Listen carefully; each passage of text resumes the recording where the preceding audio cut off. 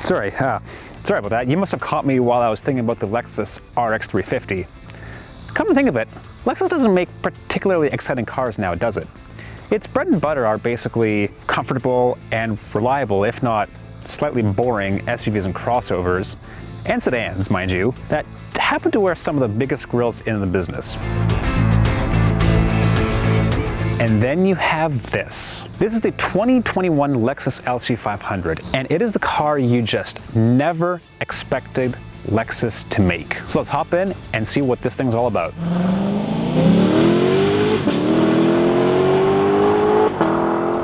Two doors, V8, rear-wheel drive. That is a fantastic combination and one that you just do not expect Lexus to make. Lexus's cars, while they're supremely comfortable and very reliable, they're a little boring, yet are somehow overstyled as well. That is not the case with the LC500. Well, it is kind of overstyled. It does wear Lexus's spindle grille, but unlike the NX crossover or the ES sedan, it actually works on this thing. Probably because the whole car just looks so outrageous. It looks like a concept car, which kind of makes sense because this is basically a production version of the Lexus LC concept. It's powered by a magnificent 5-liter normally aspirated V8. The LC500 pumps out 471 horsepower and 398 pound-feet of torque. That's hooked up to a very good, although slightly jerky at lower speeds, 10-speed automatic transmission. This thing just offers the kind of thrills you just do not get in this segment. You just don't get that sound, the roar, the instant throb response that you do get in this thing. This thing starts at about $103,000 for the V8. This car's pretty heavy, but it's actually pretty responsive. Like, there is no dead zone in the steering. You don't buy this thing for the performance or the horsepower or the top speed or the 0 to 60. You buy this thing for the experience.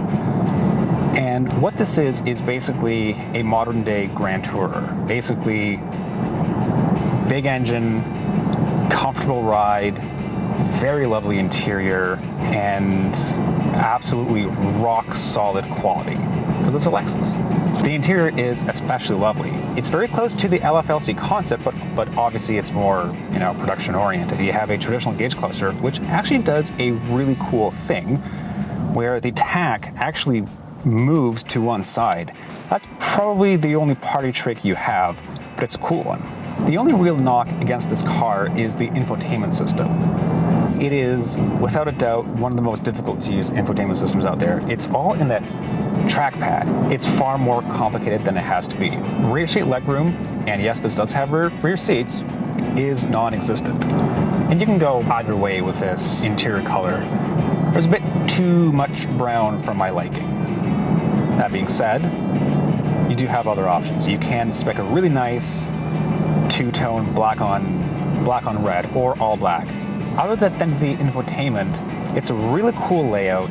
The instrumentation is clear, very easy to use. You have actual physical controls for the climate control, and it's just a really well-designed space. Just the way the door panels sort of sweep up into the dashboard, it's very artful, and those door handles just... No door handle should be this pretty. It's incredibly comfortable, and nothing else on the road looks and sounds and drives quite like this thing.